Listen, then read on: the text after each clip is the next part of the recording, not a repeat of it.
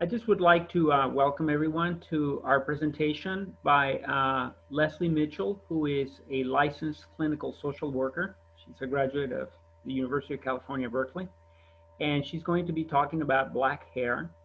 And in her bio, when I was talking to Lesli, she shared with me that as a 12-year-old, she remembers the trauma of trying to straighten her hair, spending a lot of money, exposing herself to chemicals, possibly damaging her scalp, spending 4 hours over the weekend to try to straighten her hair, the expenditures that are associated with it, all of this stress that a person has to go through so that they can be okay and accepted because their hair may not be acceptable to those individuals.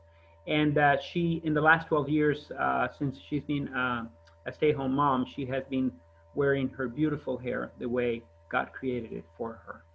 So without any further ado, we have Lesli, who is going to do an awesome presentation. And thank you so much for taking time from your Saturday morning to hear this wonderful presentation. Thank you so much. Lesli, you're on. So Great. I'll go ahead and I'll start putting the PowerPoint. Okay, great. Welcome, everyone. I'm so happy to be here. I just wanted to say a couple things. Basically, when I was 12 years old, that's when there was sort of, that's when you weren't supposed to be a little girl anymore. And I grew up in an all-black neighborhood, and the concept is that, okay, now you have to wear your hair down. And that's what being a big girl is, right? And so what? Well, my hair doesn't naturally go down. And my hair is like, it looks straighter now because I've had it in braids for the past, 3 days. And so it's sort of like confined and like, and as stretched, but it doesn't just, yeah, I mean, it grows more out, right? I had my hair in afro when I was little. And so basically, the concept is that when I got to be around 12 years old, there was pressure, like, okay, you need to wear your hair down, and down means straight. And so that was a really pivotal moment where it's like, okay, now you're more a grown girl, right? And so that meant straightening. So every single person that I knew when I was growing up took a hot comb, a metal comb, straight and put it over the flame of a stove and took piece by piece and combed through. And if it's foggy, if it's rainy, I mean, whatever, anything, your hair is going to transform if you sweat, if you exercise. And so it was just a big hassle. So every single weekend I'd spend like 4 to 5 hours washing my hair, blow drying my hair, putting the hot comb on the stove and taking each piece, and so it's just like, it's exhausting. And then you're worried, if you go to a dance or you're out on a date, you're like, oh my God, my hair is going to quote unquote turn back. It's going to turn back to its original, whatever. So that's a big statement. It's going to turn back. And so anyway, it's just a stressful feeling. So anyway, I'm going to say a couple things real quick too, is that I feel like the most important thing for Black people in particular is choice. And I used to, when I started wearing my hair natural, I used to be like, oh, Black people just need to stop doing that to their hair. And, they need to just, get with it and, make their hair natural.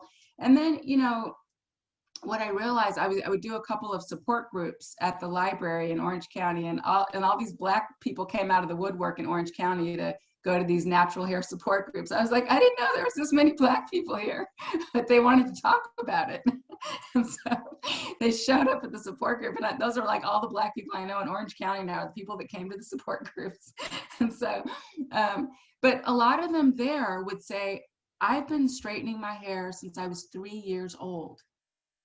Their parents straightened their hair since they were 3 or 4 with a hot comb or a relaxer.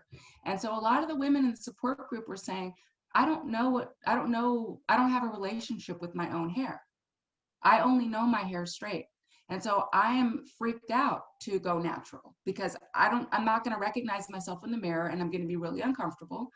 Number 2, I have a white mother. My white mother is fine. She's like, do whatever you need to do. She doesn't have any baggage about hair because she's white. And so she's like, whatever, you know. But a lot of these Black women, they're in Black families where the families are like, no. You're going to straighten your hair. You're not going out like that. You're not going out looking crazy, quote unquote, right? And so we have all that too. And the big thing too that I think is the most important is the terrorism that Black people have experienced with regards to our skin and our hair throughout history. And that has really affected us in terms of our comfort level with wearing our hair out. Not only just the psychic experience, but I think the reality of a livelihood, of keeping a job, going on an interview, children at school that are having their hair policed. And so I will say this, that yeah, I'm a strong lady with my hair natural, but I will tell you this, that every job that I've had, I've worn my hair straightened. And so since I've been a stay-at-home mom is when I was all comfortable. And so, you know, there's a reality to that. And so I can't even, so my thing now is like, I cannot be judgmental, you know, because these are not decisions that Black women make in a vacuum. We are living in a society with this long history, which we'll go into, as well as being fired for your hair and kids being, you know, told they can't come to school unless they straighten their hair. And so this is all part of the presentation, but I just think that's really interesting because there is kind of a war a little bit between the naturals and the straights, you know, within the Black community now, where it's like, you know, oh, you should go natural, and you know, but it's like, it's very complicated. And so you just have to let people do what they do and understand that we are living in a context of a racist history that it's painful. And my aunt, my dad's twin sister who's Black, she doesn't ask me anymore, but she's regularly like, so what are you doing with Ava's hair now? And I'm like, nothing, just putting some oil in it. And then she's just like, oh, well, you know, you need to, you know, just comb it out a little bit with the hot comb. And I'm like, no. So, anyway, this is funny kind of, but it's interesting. All right, so I'm going to start with Mary Rep gave me a poem, which I thought was so beautiful, and I'm going to love it forever and use it for other, like whenever I do this again. But it starts off like this. It was from the Sojourner magazine, October 2020, by Elizabeth Ivy, and it's called In the Beginning. And the poem starts like this. Call this hair crazy, but as it grows outside of your gates and beyond the walls you've made to contain me. I'm sorry, let me do it again. Call this hair crazy, but watch as it grows outside of your gates and beyond the walls you've made to contain me. See as it reaches higher than anything you ever thought of me, shedding every lie of inferiority. Look as I stare, unflinching at myself, and hear the words of God from the beginning say, it is good. Bear witness as I uproot every false belief like weeds and make room for something true and good and made entirely of love. That was beautiful. So thank you, Mary. Okay, next slide. I just thought this was a beautiful picture of African art, Egyptian art, showing the braids and how we've had such a long tradition of braids in Africa. Okay, next slide. I wanted to show that in 15th century West Africa, which is basically where most of the slaves that got on the slave ships came from, mostly West Africa, some Central Africa, but basically that hairstyles were a big deal.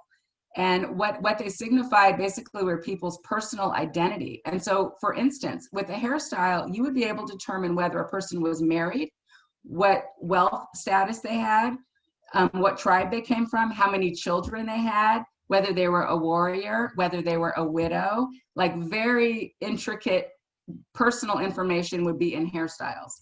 I mean, these are pretty amazing, right? And so also, next slide.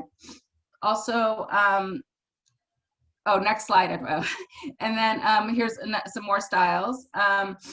And you know, there's also a lot of power perceived in hair. So like they would think that, you know, one strand of hair could cast a love spell or could create harm in someone's lives. Go to the next slide. Also, the thing that I thought was really interesting is that a person's spirit was thought to be nestled in their hair. And because your hair is the highest part of your body, it was considered to be closest to God. And so the notion was that God communicates through your hair. And so you can go to the next slide.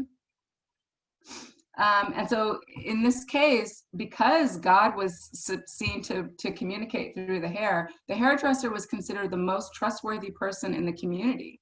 And so usually a family would keep one hairdresser throughout their entire lives, throughout their generations. And in terms of hair, like if women or men had unkempt hair, the woman was of course seen as having loose morals, and the men and women were perceived as insane if their hair was not done. Okay, so the next slide. I thought this was really interesting that in addition to identity, hair was also used to escape, to freedom. So for instance, in South America, a person by the name of Bencos Bioho, or also known as Domingo Bioho, he was a former African king on the coast of Africa, and he was captured by the Portuguese. And he had an idea while he was being captured that that the women could cornrow their hair in ways to relay messages for escape. And so basically, you know, he orchestrated these women, you know, braiding like maps and plans to escape. And that his plan worked and he was able to escape. And as he escaped, he created a maroon community, which is called to this day San Basilio de Palenque, which is in Colombia. And it was a free community of Black people. And what they did at maroon communities is they went off deep into the mountains, and they actually learned some guerrilla warfare from this, because they would go deep, deep, deep into the mountains where the slave owners wouldn't be able to get to them. And so they just said, fine, just live in the mountains. Just don't take in escaping slaves. And so he was like, okay, fine. And then he got a little comfortable and he's just walking around Benques Bioho, and they betrayed him and hung him in 1621. But just the fact that he came up with that concept with the braids is just phenomenal. And so throughout South America during slavery, that was used as different ways to escape. It was using cornrows for maps. Okay, next slide. Okay, and speaking of maps and designs, African braiding is connected to math, as in all African designs are.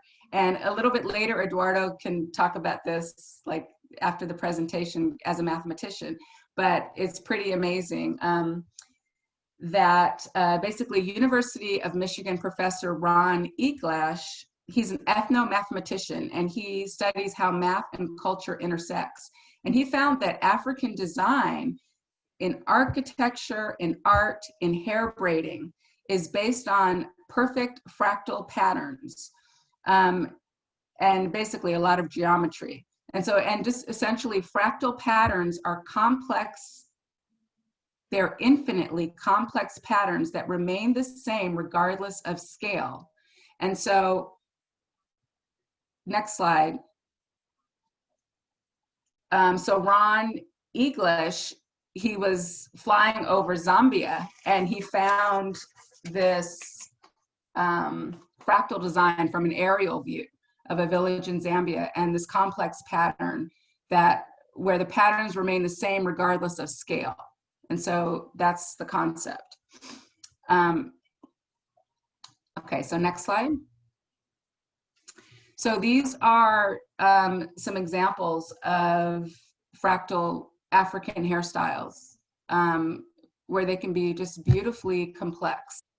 And it's just a part of the culture. Also, a mathematician in 1998, Gloria Gilmer, she went to braiding salons and she studied the braiding and the measuring concepts and the algebraic and the geometric concepts used. Okay, next slide. So our perceptions of African hair and African skin are impacted by a long history of racism in science and literature. For instance, the first European book about Africa was written in 1453, and its racist ideas about Africans being inferior, and that includes our skin and hair. And that stuff is circulated all over Spain to scholars and investors and captains, and so this becomes a general thought process. And so you have Samuel Morton here on the left, who wrote Crania Americana, noting that skulls of different races, this is 1839, you know, showing that the Negro, quote unquote, is closer to the chimpanzee skull. And then you have ranking here on the right. You know, you had hierarchy of different races, and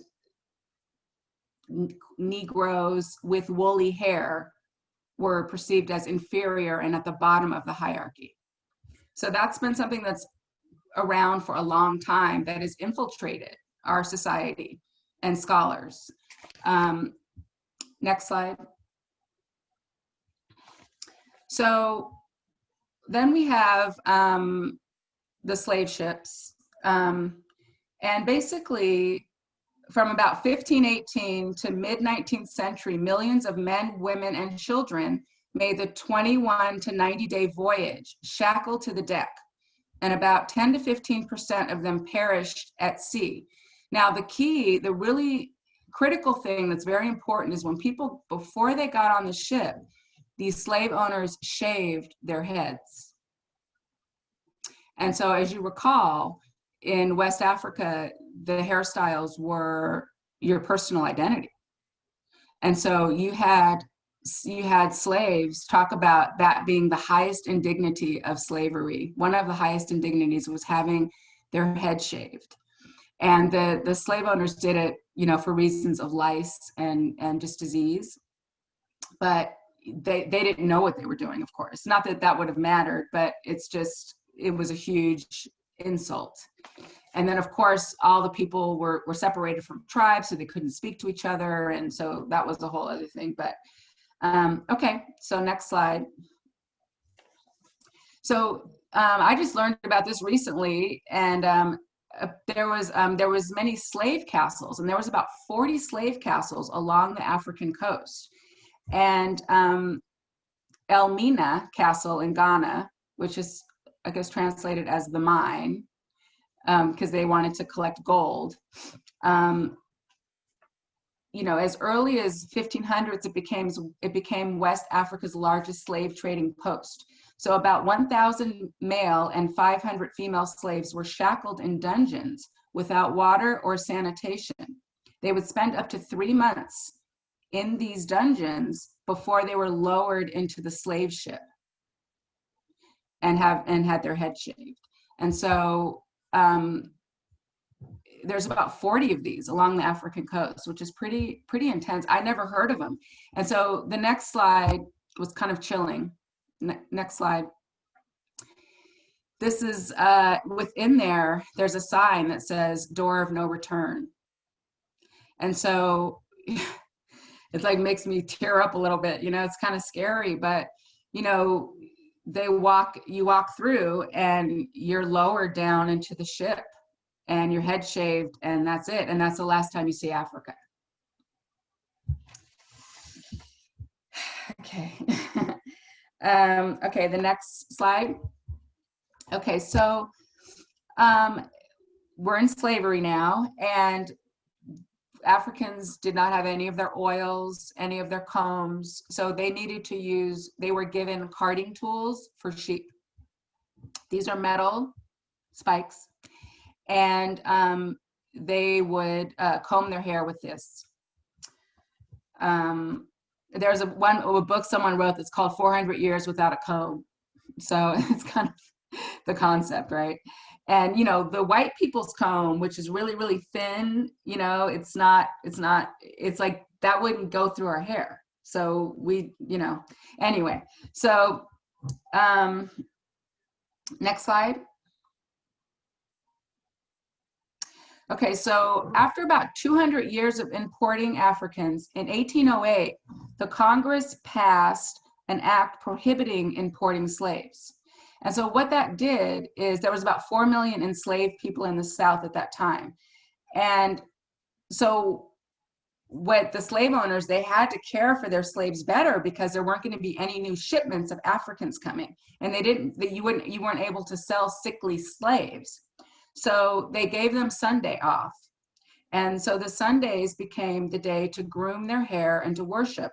And so what happened is that because there were no more importing, that Africans started to develop a new distinct culture, which actually included less hair pride, because you didn't have new Africans coming in and being like, look at my hair, I mean, or like trying to, you know, celebrate the hair with their personal identity. They didn't have that anymore. And so there became kind of a less prideful culture around hair for the slaves. And more of them wanted straight hair. So next slide.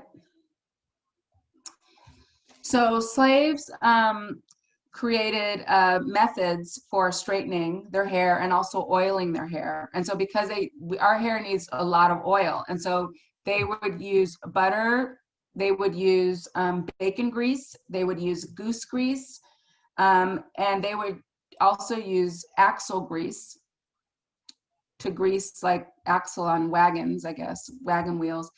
And they would start to take a little can and heat it over fire and put a butter knife inside of the can, and then get the butter knife really hot and then try to straighten their hair with that.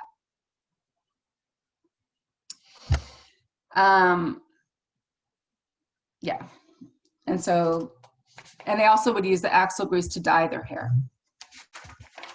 Okay, next slide.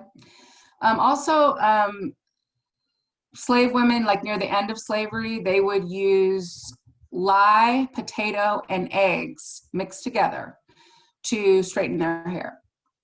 And lye is essentially drain opener. I mean, this is 100% lye here on the left, right? So it gets the clog out. So they would take lye and they would mix it with potatoes and eggs to make it less caustic and put that on their hair to make it straight. And they would burn off their flesh sometimes. It was horrible, right? Okay, so next slide. Okay, so women wore head wraps and men wore hats. Enslavers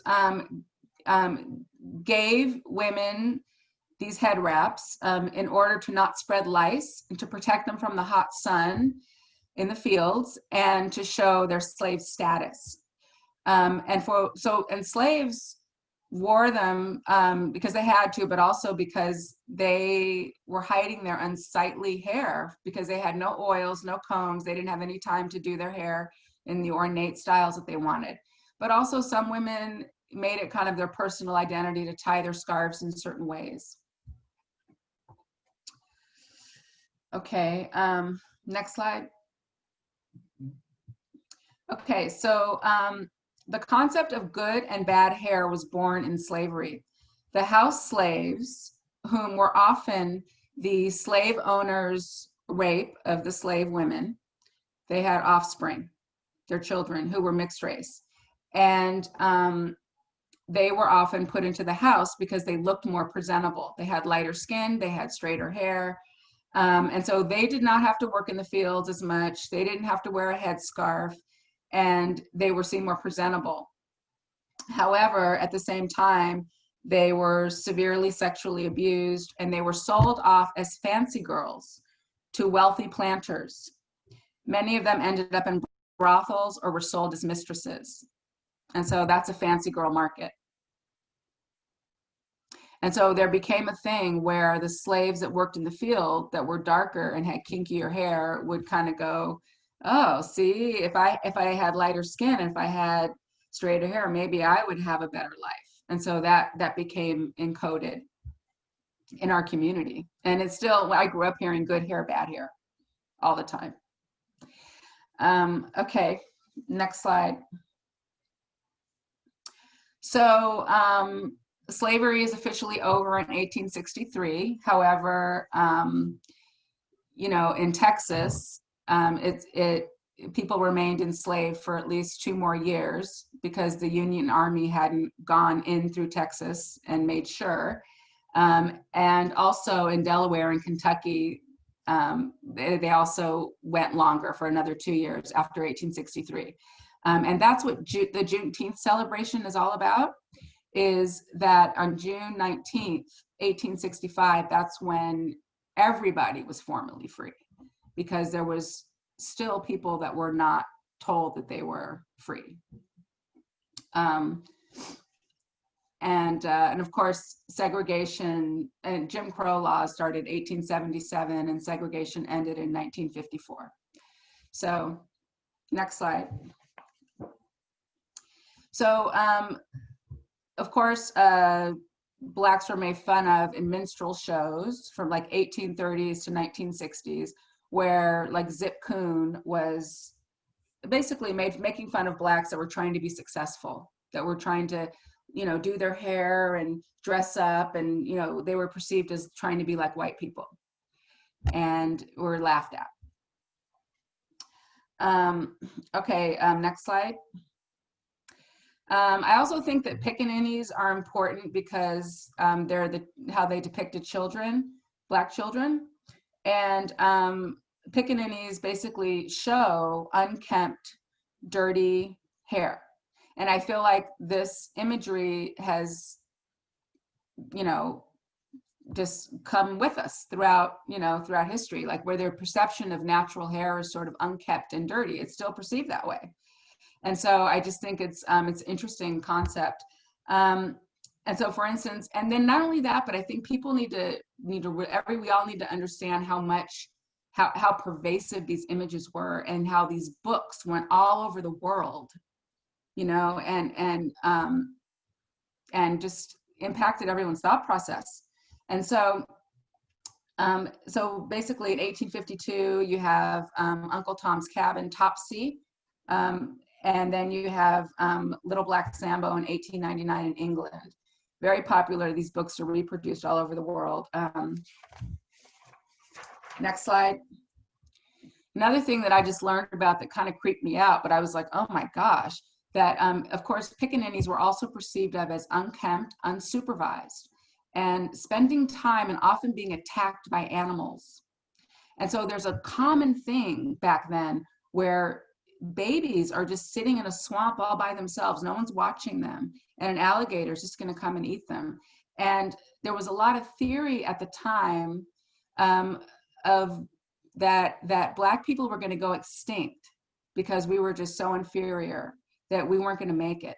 And so I think a lot of this goes along with that. It's sort of like, oh, see, look, all the animals are going to get them because they're just not working it out, you know? And so, and look at their babies, and so there's tons of these little babies with alligators and like tigers. Like, it's just really kind of bizarre. You know, it's not very nurturing, like for children.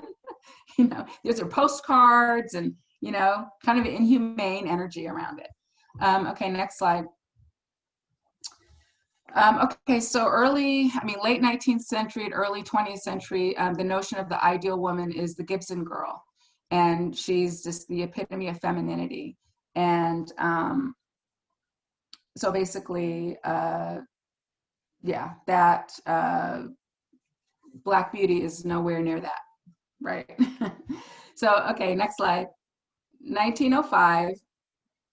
So the thing is that you had white advertisements, you know, from like mid 1800s on, that were really super insulting to Black people. And so, for instance, this is from 1905. It's called Curly Cure. This is what they say. You owe it to yourself, as well as others who are interested in you, to make yourself as attractive as possible. Attractiveness will contribute to your success, both socially and commercially. Positively, nothing detracts so much from your appearance as your short, matted, unattractive, curly hair. And so this was like constant, right? And so you're seeing this everywhere. Next slide. Another one, you see the curly hair and the straight hair, and you've got this ox marrow, which is beef or ox marrow, literally, mixed with castor oil and essential oils for fragrance. And this was put in your hair, which sounds disgusting, right? And then I guess you kind of like heat straighten it with it. And it was very damaging and it was very highly marketed to Black women. And let's see. So that's good. Next slide. Okay, so then from 1906 to 1919, Black women and men started marketing their own products. And what's interesting is that they were not insulting to their base. They didn't say Black women were inferior for their skin or their hair. They put themselves on the products and different skin colors. And so this woman, Annie Malone, she created Poro hair products. And from around so what she did is she kind of replicated the Avon concept, where Black women would go door to door and sell her products, her oils and stuff for hair. And she encouraged women to be beauticians and started a beauty school for women, and talked about hair as a crown and glory according to God. And so she became a millionaire, but she was all about social uplift. So the next slide. Then we also have Madame C.J. Walker, and the hot comb was created in France, but she patented it in America, and she began selling it in 1906, and she opened a factory and a beauty school for women. And again, like Annie Malone, she had women going door to door and like starting their own businesses. And she also was one of the first Black women millionaires. But you notice how she put herself on there. And it wasn't like, you ugly, da da da da. It was like all kind of more. But, the hot comb became a big thing, once she sort of introduced it. And so that kind of made this way for Black women to kind of straighten their hair. So next slide. Then we had, in 1913, we had G.A. Morgan hair refining company, and he created the first relaxer with chemicals and lye. And he also improved the design of the gas mask, traffic light, and the sewing machine. So he was an inventor. And and there was a funny story where he tried the hair straightening lye thing on some dogs, like some neighborhood dogs, and it made their hair straight. So he was like, okay, cool, it works. The neighbor was like, what they doing to my dog? Anyway, okay, so next slide. So this lady and other activists were focused. Nanny Helen Burroughs, she was like, we need to stop focusing on like trying to be like white people's beauty. She's like, we need to focus on social uplift and leave our hair alone. And she was upset that in one Black newspaper had 60 advertisements for hair straightening and skin lighteners by white advertisers. And so she was like fighting against that. Yay, Nanny, right? Next slide. Okay, so what's interesting is that in 1918, we had the Great Migration, which is like the first wave of African Americans trying to leave the South to go to the North. But what's interesting is by 1920s, straight hair was a signal of middle class status and respect and acceptance for middle class. And so a lot of these people coming from the South, they were perceived of as country, and they were perceived as wearing plantation hairstyles. And so this was sort of a, respectability politics where Black folks that were in the city were like, oh no, here they come, their country, they're going to embarrass us, right? So that was going on within our community. Next slide. So during that time, we're really using the hot comb, right? You see, she's got all this curly hair in the back, but then she's taking each piece that's been heated and combing it, which takes a lot of time. And then frankly, if you just get a little sweat, it goes back. It's a lot of work. Okay, next slide. Also, 1947, Lustra Silk, which is a white-owned company, came out with relaxers with lye. And so a lot of Black women were using it. Next slide. Then we have the conch, which very popular for men. Cab Calloway did his hair in the 1930s and 1940s, and his hair is totally straightened. And then you have like Malcolm X. Malcolm X, in his book, in his autobiography, talked about how he couldn't afford to go to the salon and get his conch done. So he did the old school way with lye, potatoes, and egg. And he was like screaming because it was like burning his head. Okay, that was in the 50s. Okay, next slide. And then of course we have in the 1960s and the 1970s, we have the Afro, where we're celebrating Black pride. It's our connection to Africa and our own beauty ideal and demanding respect. And so this is the Afro period. Okay, next slide. Then we have the Jerry curl, and that was not in the 80s and 90s, I'm sorry. That was in the late 70s and 80s, and it was a permanent wave. Michael Jackson had one, Lionel Richie had one. It was a little drippy kind of, and it's very expensive to maintain and very damaging. And you had to sleep with a plastic cap on your head so the moisture wouldn't dry out. So it's not very like sexy, I guess, to go to bed with a plastic bag on your head. Oh well. And I remember back in the day, like, people, they'd be like, oh, my friend got my car and they got that curl activator juice on my seat. So it's like all this like juicy stuff. So it just wasn't ideal. Okay, next. Okay, then we have the relaxers and then they came out with like kitty relaxers. And they claimed it's all good, it's fine, no problem, don't worry, right? But it has lye in it, and it's very damaging. And then after you put all this white stuff in your hair and you make it permanently straight, then a lot of people would take a hot comb after that. And so you've already got the chemicals, and then you got the heat, right? So it's a lot of damage. Okay, next. Nowadays, the flat iron has replaced the hot comb, but it's the same thing pretty much. So next slide. And now we have, since the late 1990s, we have weaves, and this is where hair is imported from India, China, Indonesia. Poor women sell their hair by the inch. And sometimes it's mixed with poor quality, like they'll mix yak hair in with weaves. And some people will have allergic reactions, which are common to have allergic reactions to yak hair. And so,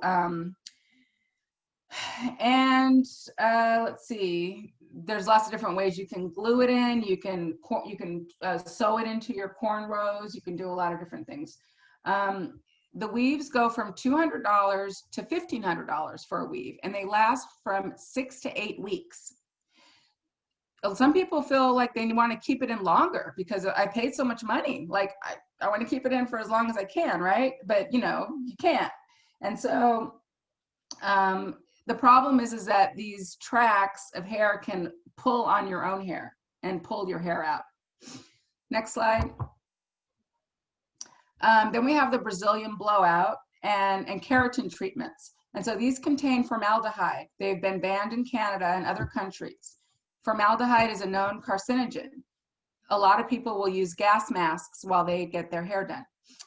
And this is the thing that I just learned that's pretty creepy, is that now they say formaldehyde free, right? But no. Everybody's sneaky, right? So it has another chemical in it called methylene glycol. And when it's heated, then it releases formaldehyde.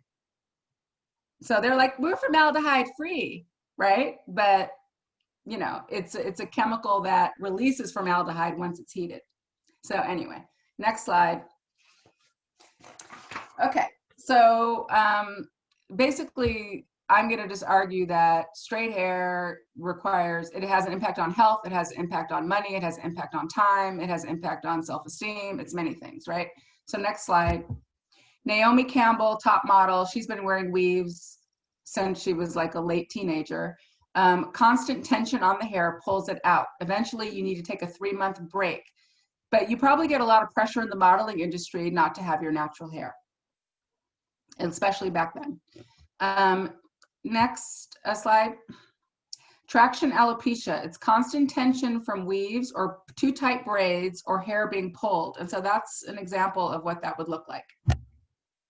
Your hair is being pulled out. And you can tell she has a relaxer, so her hair is already kind of damaged and broken off, right? I saw a lot of girls like this when I was growing up, by the way. Okay, and next slide. That's damage from a relaxer, right? You see the hair, it's all stick straight, and then okay, and let me just say this, that with relaxed hair, someone like me, I can keep on the relaxer for maybe 10 minutes, and I've never gotten a scalp burn. I went to lunch with a friend who has kinkier hair. She keeps it on longer. So she let me feel, she let me touch, not touch, she showed me her scalp burn. And she said, oh yeah, sometimes it gets pus in it, sometimes my hair gets stuck in it. You know, it's like, I'm like, so you keep it in longer because your hair is kinkier. And that can give you burns. So it's just like, you know, it's torture. So anyway, okay, next slide. So I just wanted to say that the Journal of Aesthetic Dermatology said that they're concerned about scalp health and exercise for African American women. In a study, 59% reported history of excessive hair breakage and shedding. Overweight African American women, nearly half reported that their hair affected when and how long they exercised. If you're using heat on your hair, you don't want to exercise because it's going to turn back, right? Black women have a higher incidence of obesity and a higher incidence of diabetes. We need to be exercising. So this is a problem because, okay, so that's just an important concept I wanted to throw out there. Next slide. There's different ways that we protect our hair naturally because our hair is different. It's different than anybody else's. So next slide. You can see there's different types of hair, right? You've got 1 is stick straight, 4C is super curly, and they have different needs, and that's just the way God made it. Next slide. So this is black, curly, kinky, afro textured hair. It is very different, right? It's not like you can't put the same expectations on this hair. And so imagine trying to say, okay, I have to make this hair straight regularly. I mean, that's very difficult to maintain. All right, so basically I'll just say this, that black hair needs more moisture. Our oil cannot get to our ends. With straight hair, your sebum that naturally comes out of your head, it just slides down your hair and just gets to the end and your hair is moisturized. That's why you have to wash your hair daily, because it gets greasy or whatever. But with black hair, even though we make 3 times the amount of sebum, because of the curls, the oil can't get to the end of the hair because there's all these it's just a difficult road to get to the end of the hair. So that we have to add all this moisture to our hair, and our hair drinks it up like Kool-Aid, okay? Okay, so, and also our hair is the most delicate hair. Each twist and turn of a curl is where our hair can break off and crack. So that means we have to keep it lubricated all the time. And our hair also grows in all these different directions, and so it tangles really easily. So that makes our hairs just biologically different. Next slide. So this is the reason that we have to use, like Africans had, wide tooth combs. That's what they use. They're African combs. And we use that now. We can't use the same combs. Next slide. And so protective styles are really important based on the science of what our hair is. And, so basically when we put it in braids, that's helping with moisture retention, and it's less dried out. If it's out all the time, it's going to be dried out more. It's also less drying if it's twisted and braided. And also if it's in a protective style, that means less manipulation of it and less breakage because it is more fragile. So it has a science as to why, right? Okay, next slide. So these are some pretty protective styles that a Black woman's wearing. Next slide. We use like butters and oils in our hair, like I said, because it doesn't make it to the end of our hair. And so you look at that one on the right, like you think of a person with straight hair, a white person or a different ethnicity with straight hair, putting this white stuff in their hair, that would not work, right? It'd be too much.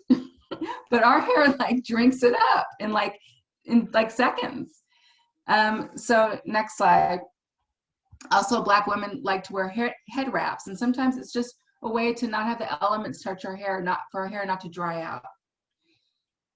Next slide. These are twists, a Black man wearing twists and a Black woman wearing twists. These are protective styles that help seal in our moisture. And we can keep it this way for like a week so we don't have to manipulate it as much, and it's with danger of it breaking. Next slide. Black men like to wear do-rags because it creates this funky little wave pattern on the other side, you see. And so, yeah, they like it.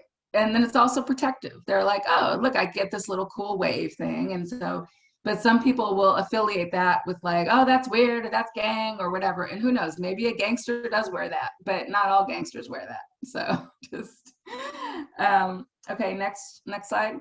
And these are dreadlocks. They're beautiful. And so this is also a protective style. And then the next slide is braids. Those that can be with or without extensions. That's also protective. And then some people wear wigs. Some people like to wear weaves. And weaves can be protective too. It's just you have to take out the weaves and make sure that you give your hair a break. And you can't just like wear them constantly because it will pull on your hair and give you the traction alopecia. So next slide. So now I'm going to talk a little bit about Black hair in the limelight and what has happened. Are you guys sticking with me?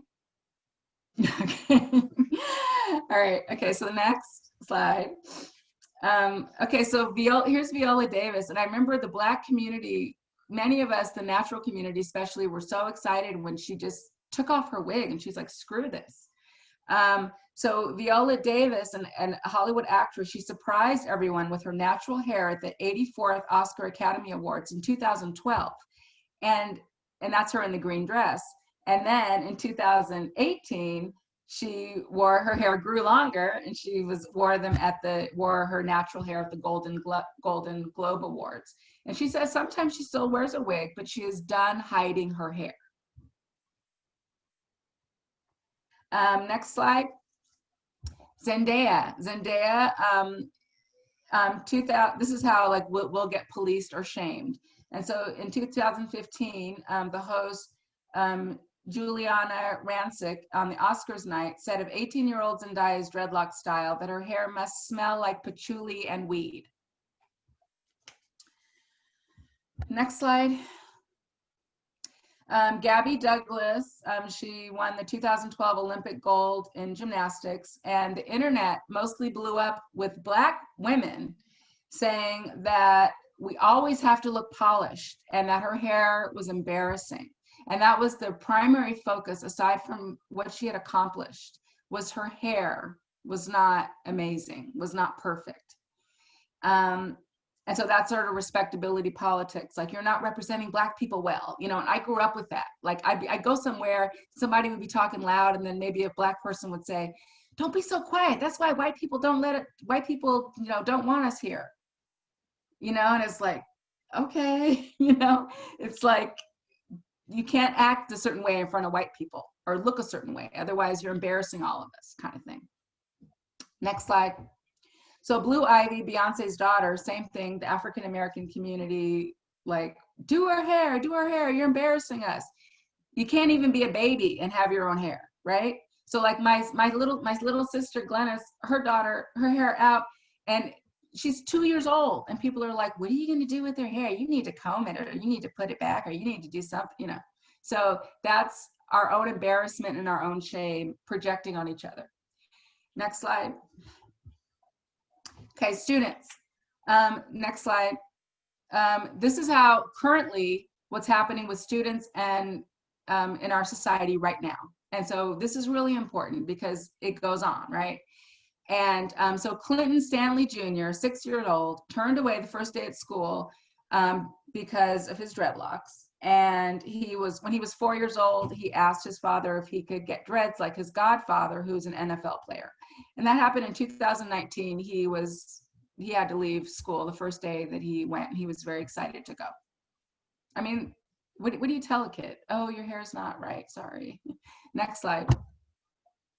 Okay, this was at a school in Georgia where they had a big sign up for everyone to see that said inappropriate haircuts, inappropriate haircuts. It was all Black children. On the right side, they showed these little lines that Black boys like to put in their hair. It's just our own signature thing, you know, it's not anything bad. It's just a line or two, you know, just for fun. It's a pride thing, you know, oh, something we can do that other people can't do, so we're gonna do it, right? Okay, next slide. And then that was taken down later. Genesis Jones, she was an 11th grader, and a teacher asked her in front of the class, how long will you be rocking that hairstyle? 2 days later, the principal said her hair is against the rules and she shouldn't come back unless she changes it. Next slide. These girls, these Australian twins, Grace and Tabisa, were told their hair does not represent the school. They have their hair in braids. Next slide. Nicole Orr, 16-year-old junior student, asked to change her natural hair in 2017 in Florida. They said her dread-like hair is prohibited. They told her to, quote unquote, get her hair done. Next slide. Athlete Andrew Johnson forced to cut his locks or forfeit his wrestling match on December 19th, 2018. The referee was suspended after this for a couple months, but he's about to do his match and they cut off his hair. Okay, next slide. Tasia Delevu, I think that's how I'm pronouncing it, high school in Bahamas, age 16. Principal said her hair is untidy and unkempt. Said her hair needs to be straightened or permed by Monday. She created a hashtag, support the puff. I love that. I got to go find that, support the puff. Okay, next slide. This boy, DeAndre Arnold, was forced to leave school because he was told he had to choose between keeping his dreadlocks or participating in graduation. That was in July 2020. Next slide. Cook's family, these two parents adopted these two girls and they have braids, Mia and Deanna, and a charter school in North Boston. These girls were removed from extracurricular activities, barred from prom, threatened with suspension, told their hair needed to be fixed and straightened. Next slide. Asia Simo, after 3 years of being captain of the cheerleading team in Louisiana, her hair was too thick to wear it in the half up, half down style, which was the standard for games. She got several demerit points because she was out of uniform, and this led to her eventual dismissal, February 2020. Next slide.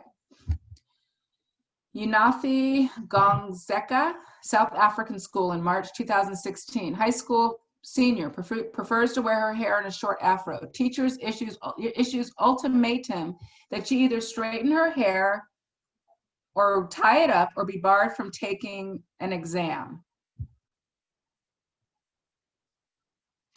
Next slide. In South Africa, Students told they must straighten their hair or they are banned from taking exams. And this is called fists up and froze out. Okay, next slide. So I grew up as a kid seeing this ad all the time. Fix this mess. I mean, that sucks as a visual, right? I saw that all the time. Okay, so there's discrimination in the professional world as well. And Dove did a recent study finding that Black women are 80% more likely to change their natural hair to conform to societal norms or expectations at work. So next slide. I'm almost done. Melba Tolliver in 1971, she was an ABC anchor woman, and she was fired for refusing to wear a wig or a scarf when she was covering President Nixon's daughter's wedding. She was told flat out that she looked less feminine and less attractive with her natural hair. She was kept off the air for a while until people protested and she got her job back. Next slide. Black men in the workplace also face discrimination for their hair. That's a Black man with dreadlocks on the left and a Black man with just a curly hair on the right. Next slide. This is a story of a Black French flight attendant, Aboubacar Traoré, I'm not sure if I'm pronouncing it right, of Air France. He was not allowed to wear dreadlocks during service, and they forced him to wear his dreads under a wig in 2012. Oddly enough, Air France allows Black women to wear dreadlocks, which is really interesting, not men. So, but that wig is like horrendous. I'm like, okay, next slide. Black men and beards. Now, I remember my mom telling me a story about my Black father doing protests about beards. And I was like, I didn't quite understand. But so I did some reading on it. And Black men, according to the Osteopathic College of Dermatology in 2018, 60% of African men with coarse and curly hair develop a skin ailment called pseudofolliculitis barbae, or PFB. And that's when tightly curled bearded hairs are sharpened by shaving. And so that sharpened hair curves back and re-enters the skin, producing inflammation, bumps, and infection. And so many employers request that people have, that can't have beards. And so there's been a lot of lawsuits and job losses, especially in law enforcement jobs, where Black men, 60% of them, which is pretty intense, just really medically struggle with that. So I thought that was interesting. And so there's some discrimination that occurs there. Next slide. These are just examples of Black women wearing their natural hair in the workplace. Next slide. This woman in Canada, Akua Agemfra, she was supposed to wear her hair down, quote unquote, as part of a uniform. Her natural hair doesn't fall down, she said, so she wears it in a bun. She was sent home. That's March 2017. Next slide. Chastity Jones in Mobile, Alabama, she got a job, she has dreadlocks, and she got her job rescinded she was at a call center. No one's even gonna see her, but she was told that her dreads, quote unquote, tend to get messy. So she originally got the job, but then the job was rescinded. That was in 2010. Okay, next slide. I think it's important just to say, I'm almost done, there's about 5 more slides. It's important just to say that for our upcoming generation of kids, these are now college kids. So these 2 girls. This girl is at Chastity Jones on the left with the glasses. She goes to Spelman College. And the other girl is Catherine Williams. And they both talk about their anxiety about entering the workforce. And, oh no, what am I gonna do with my hair, right? Anxious about it. and feeling like, oh, what am I have to do this, I have to do that to it. And so this girl on the left, Brittany, talks about how, oh, I just have to slick it back and I have to put it away, you know? And so it's a lot of pressure. Next slide. So Representative Marcia Fudge, Democrat of Ohio and chair of Congressional Black Caucus, she led the charge against the military's decision to ban natural hairstyles like dreadlocks and twists. So I'm really proud of her. She's pretty awesome. So and so basically in 2017, just 2017, the military ended its ban on service members wearing their hair in twists, afros, dreadlocks, and braids because they were not uniform. They also removed terms like matted and unkept from their grooming guidelines. Next. Senator Lesli Mitchell, a Democrat that wears dreadlocks, proposed the state law, the Crown Act.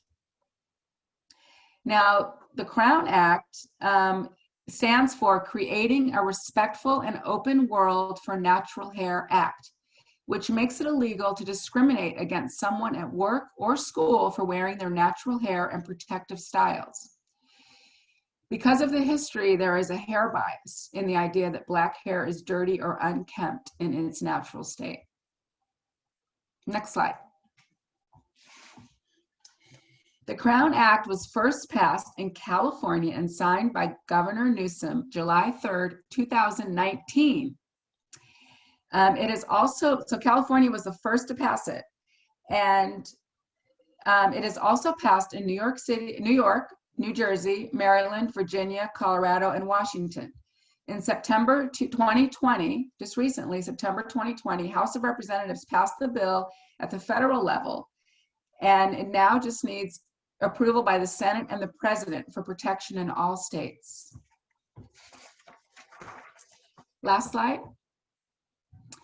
And I just wanted to say that there are now natural hair expos all over the world, which is pretty amazing. And there's one in LA called Nappywood. There's one in LA called Afrolicious.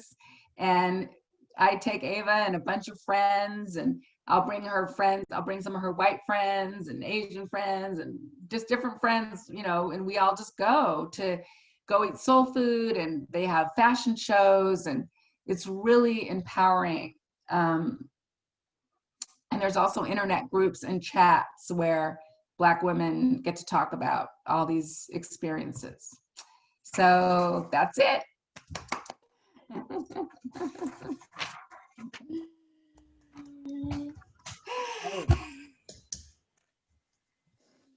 Wow. Lesli, thank you so much for sharing all of that. There's a lot of, the emotion that is involved in this presentation is pretty powerful. So it's 11:38. We have almost 20 minutes for some questions and answers. So I'm gonna kind of field questions to Lesli. Felicity, I see your hand up. So why don't you go first? Lesli, that was an amazing presentation. Thank you so much. It was really great. I have a question. So at the beginning, you were talking about how hair was considered as, I wasn't exactly clear, as the way God communicated with people through their hair. So, and was that the same for men or women, or was it only for women? I think it was for all, for both men and women. It was like your hairstyles, and sometimes the bigger, the better, because the higher it is, the closer you are to God. And so, yeah, it was like nestled in the hair, which is just a cool idea. That's an amazing idea. I mean, and does that still exist in some of, like now in some of the, more tribally oriented populations? I don't know. That's an interesting question, but I will say this, that growing up in a Black community in LA, I do remember, and even to this day, I remember people feeling really like, you don't touch my hair, and so it's kind of interesting. You wonder if that, because even like within those African societies, it's like they had hairdressers, like specific hairdressers that they trusted, that were only allowed to work in their hair. And so it's very interesting. There's something about that, like this space about hair. Yeah, but it'd be interesting to learn more about it. Eduardo. I just wanted to say that I really love your presentation. And I wanted to just mention, I'm actually a personal friend of Ron Eglash. He was at Rensselaer Polytechnic Institute in New York. And if you're interested in reading about African fractals, that is the title of his book. And the big names in there are Marilyn Frankenstein and Gloria Gilmer, are ethnomathematicians. So I worked a lot in the mathematics of hair braiding. And when I saw that picture, when Leslie sent that, it just touched my heart, because the richness of the complexity of the hair and mathematics is beyond imagination. It really is fantastic. It's just, I love your presentation. It was just really right on. And thank you so much for all the information. It's really wonderful. Thank you. I just learned it myself about that. I mean, I love learning this information myself, because it's not the narrative you hear, oh, Africa is just primitive and there's nothing, and and it's like, it's just false. But the we have to dig and deeper. all of that other stuff is just really pretty fascinating, because it's intricate. When you look at all the fractals, it's just really fascinating. I'll put the names of the books in there in case you guys are interested in reading that information. Yes. I was thinking about just hearing all of the pressures on women, Black women and men, to control and tame their hair and be so presentable. It's kind of a reflection back to me of yet another layer of white privilege, and how little care I have been required to have for my own hair. No one has ever put such pressure on me. And sometimes I would kind of like to put a little more time and attention into my hair, and so there's something of this, the crowning glory that I mean, the artwork, the art, there's such an art form to the many styles represented just in all the pictures you showed us today, and also such pressure that isn't on me.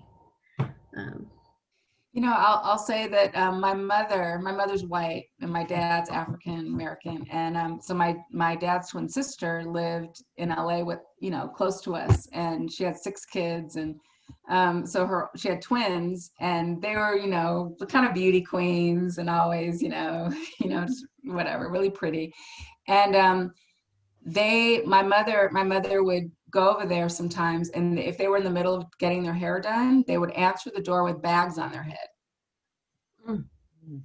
And my mother, as a white woman from Oregon, she felt the shame. She's like, you have to answer the door with a bag, like a brown paper bag over your head, and that's what it is. It's fear, and it's shame, and it's discomfort, and so my mom was just like, I don't want your daughters to feel that way. Yeah. Pastor Sarah, you're showing us, you want to tell us what you're showing us?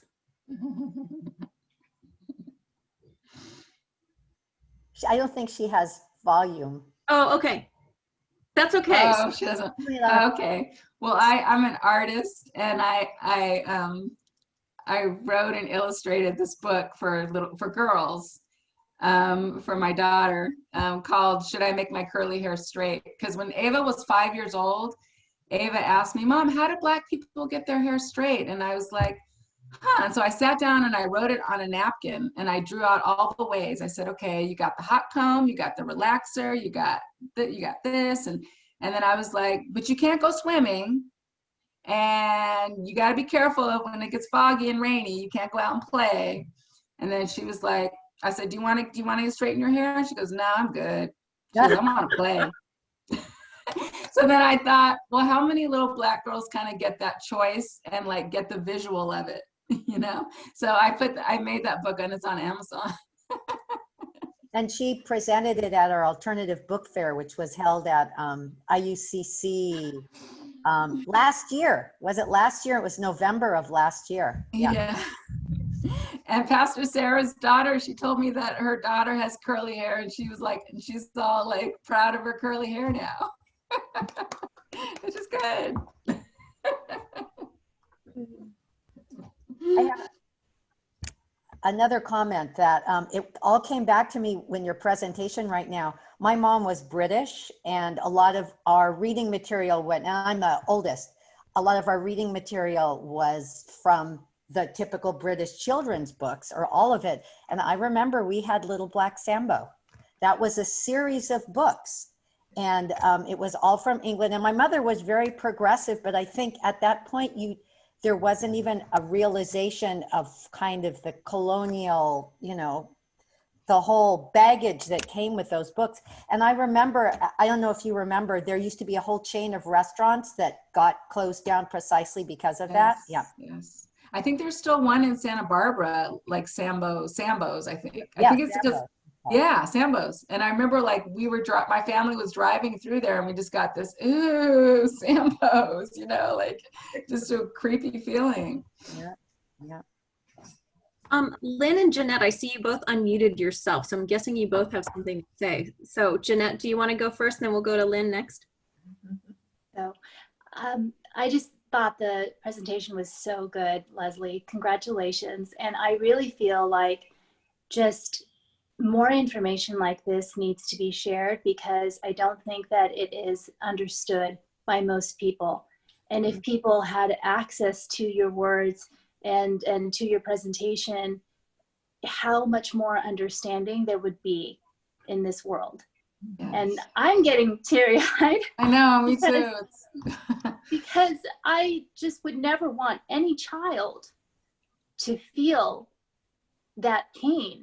And it's something that it's like your face, your skin, your hair, people see it right away and make these quick judgments. And it's so unfortunate. And I can see how that pain could be buried so deep in someone's soul. Mm-hmm. And I just, it's so painful, really.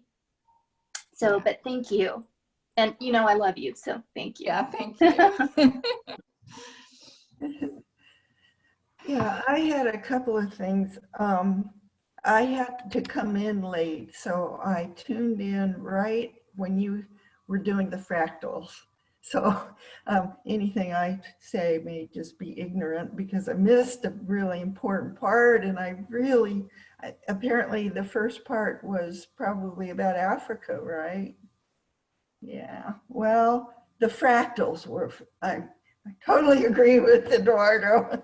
The fractals were just amazing. I mean, fractals occur throughout nature and on all different scales, from, you know, from atomic to cosmological. I mean, fractals are so amazing, and those beautiful hairstyles. And so one of my questions was about do people still do that in Africa? And here, I mean, you showed some of the beautiful styles that are happening in the US, but nothing on that degree of complexity. So first, does it still happen in Africa? And second, does it ever happen here? Well, I'll just say that definitely it happens here. Like I grew up seeing people doing really intricate designs that they were taught. I never learned how to do cornrows because my mom, like, I had to learn it from the outside community. So I learned how to do it now on Ava's hair, but not in that intensity, you know? But no, I definitely have seen very intense styles in my community. Africa, I think so, I'm sure. I mean, I don't know. That would be a good thing to investigate to see what's happening. But I will say this, that unfortunately, skin bleaching and hair relaxing and weaves have also, impacted Africa. Oh. And so, right. And so where it's like the European look is seen as, that's what gets you a husband, that's what gets you this, that's what gets you that. I mean, and then when you look at like the workforce, like it's not just a personal decision. It's like you're affected by the workforce and your school environment, and people treat you differently based on how your hair is done. And so it's like, that's the part, it's more than just a personal decision. It's like you're impacted by the rest of how other people are going to perceive you. And that's the hard part. That's terrible. Right. Yeah. So it leads me, I'm always being an evolutionary biologist, but I've always thought that the kinkiness of hair in Africans was an evolutionary result of being exposed to the really intense tropical sun, because, lank hair always is going to part and expose, bare skin along the part. But with these fractal hairdos, there's lots of parts that are exposed to the sun. And so it kind of contradicts my hypothesis, but I was really interested in that. The last thing was just, I really regret missing that first part. And so is there any way you could post that presentation? It's recorded, Lynn, so we'll be sharing it. Oh, I'm actually recording it, Lynn. Excellent, thank you. So Craig had his hand up for a while, and then Pat, I see you, so you'll be next. And was there another hand? Okay, those are the first two. Craig? Well, just first of all, Leslie, I wanted to thank you. I thoroughly enjoyed your presentation, and as much as it's heartbreaking at the same time. But a couple things. Our daughter spent 2 years in Benin, West Africa, with the Peace Corps. And I remember when I visited her that the things like skin lightening products and things like that is definitely a thing. I don't recall the hair thing, so I can check with her on that. Yes. What she recalls from her 2 years there. She visited Cape Coast, one of the castles in Ghana. Oh. And we both went to Ouida, which was one of the biggest slave ports on the coast in Benin. And you walk from the Portuguese fort down to the beach, and then there's a gate of no return and so forth. So I can share with you pictures and things, but I just thought I'd say I can check with her on the hair in her experience and when she was there. That would be amazing. That would be amazing, because it's like there's so much information to keep adding to it, So I would love that, whatever you can find. And that must have been pretty intense going through that castle. Yeah, and the way it's like about 1 kilometer from the castle to the beach, and all along there are stops, like statues of their gods and things that they would do rituals at, and certain trees they would walk around, and all this recognition that somehow their soul would come back someday to that place. And it was just an amazing inhumanity, and yet people trying to preserve some of their self-understanding and their dignity on the way to the beach. Right.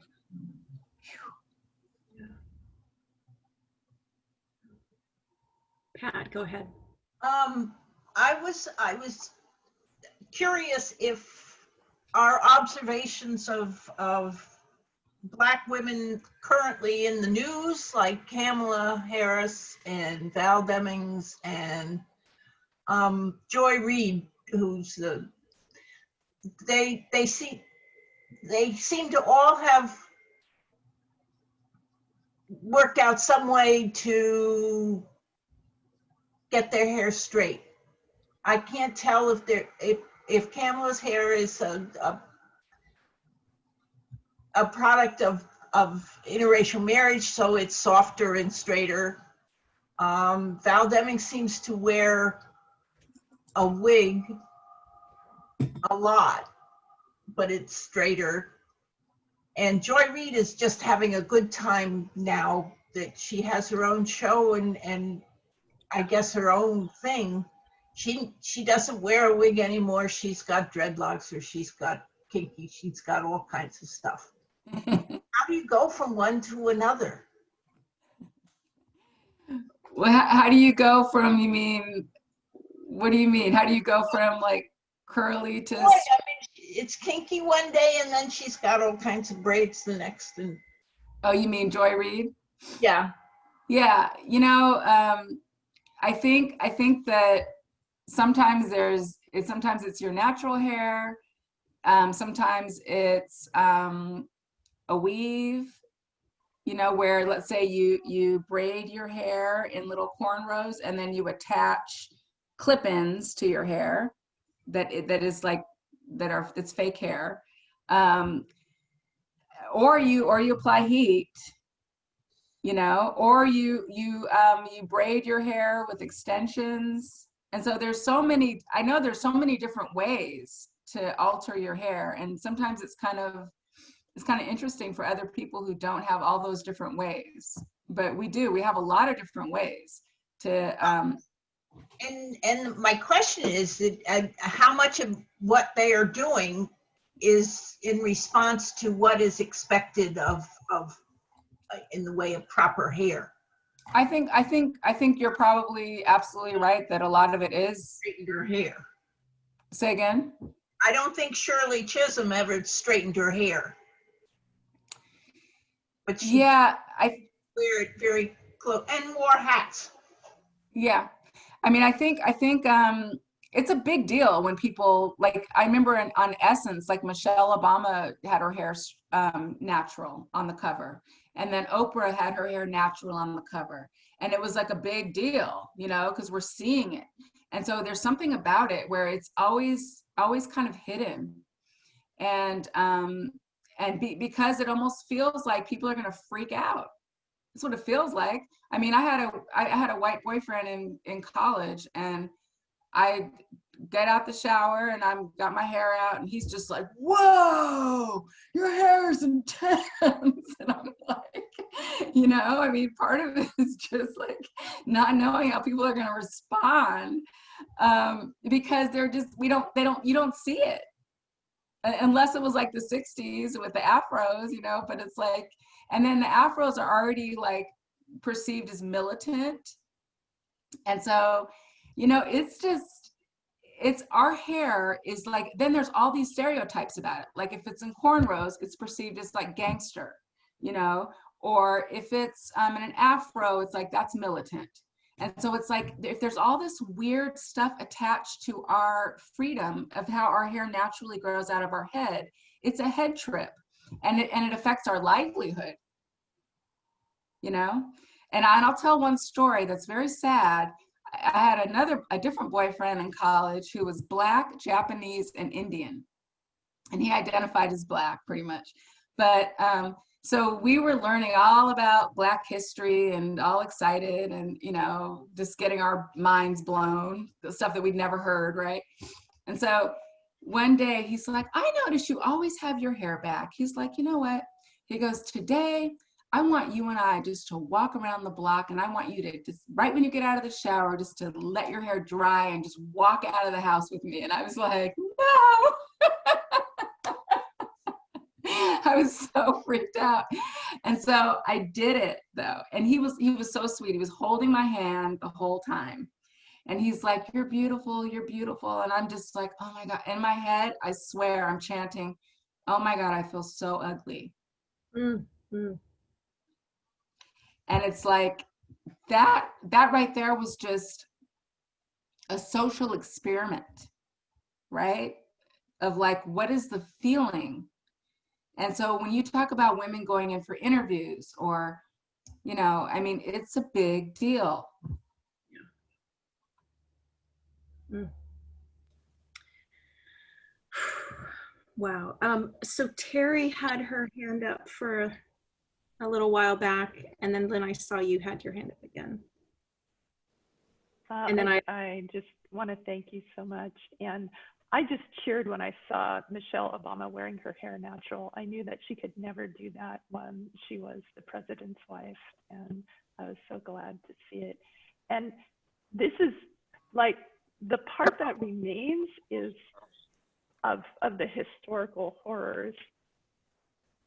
It's the worst manifestation of controlling people's bodies and telling them what's acceptable and what's not acceptable. You know, women get judged by their looks all the time, and men too, to some extent. And this is like the worst manifestation of it. But, you know, how about just the concept that we don't get to judge people and tell them how they get to look in the world? You know, just a thought. Well, and expand our concept of beauty. You know, that's an issue. But anyway, I just wanted to ask you, I used to wear really long hair when I was young, and when it would get, there was some magical point where when it got just a little too long, the weight of it, the heaviness of it, which makes me think of the weave, the heaviness of it would really hurt. You know, my scalp would start to really hurt, and it would give me headaches. And so, man, when you were talking about those weaves, I was thinking, and it's pulling the hair out? I mean, it must be almost excruciatingly painful. Yeah. Well, you know, and the other thing is that a lot of women, they'll go to Hawaii and they won't get in the water, you know? And so it takes pieces of your joy and your adventure and your exploration in the world, right? Well, you must be walking around with a headache all the time. Yeah. Jeanette, I see your hand, and then we are right at noon. So, so I know there's other of us, like I have other things I want to talk about too, but we're going to begin tomorrow at our usual time, from 12:30 to 2 o'clock. So if anyone wants to continue the conversation, we'll be continuing it then. So please join us again if you'd like.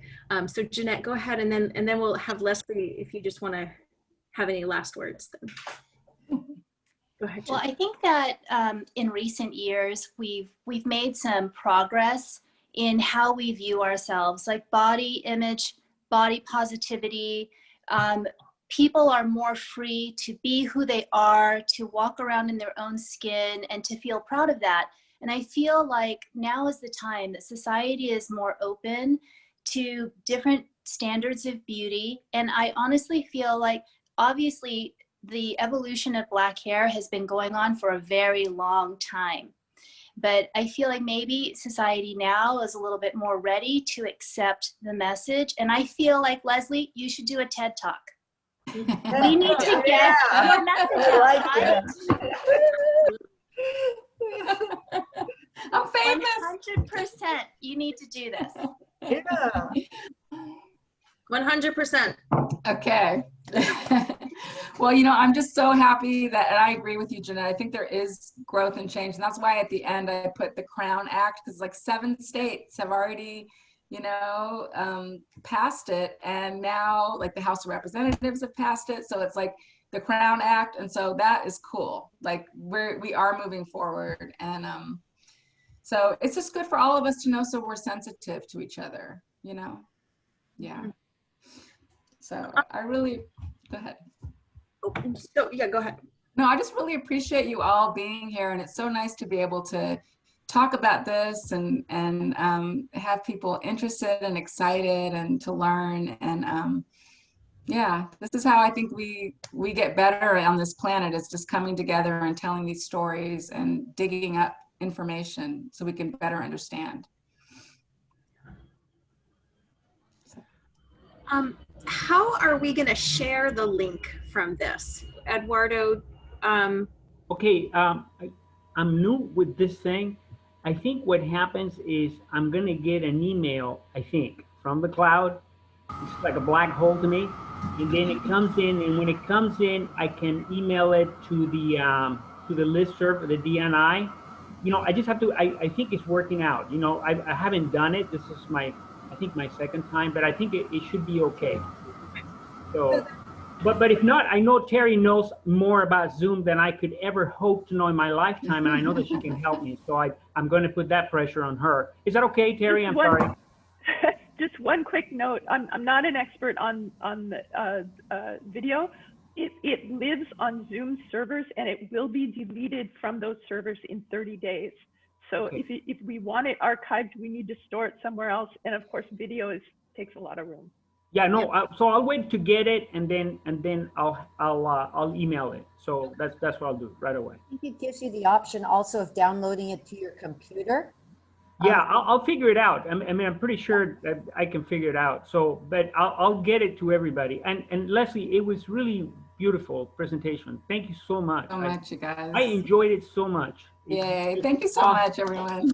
This was so much fun and really, and emotional, but good. It's you have to get it out, right? Leslie, I wanted to tell you something that I think it would make you feel pretty good, because it's sort of a sweet and bitter story. But I did one time a lecture on the mathematics of hairstyle. And then the next day, 3 of my students, they were white students, they showed up with cornrows.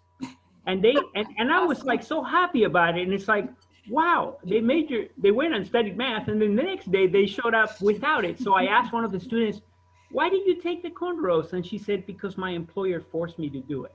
Oh. Right? Yeah. So Interesting though. Yeah. Okay, all. Well, that was awesome. Yeah, thank you guys. I'm sending you guys all love and light, and thank you so much. See you tomorrow. Bye. Okay. You all. So I'm gonna see if I get the recording.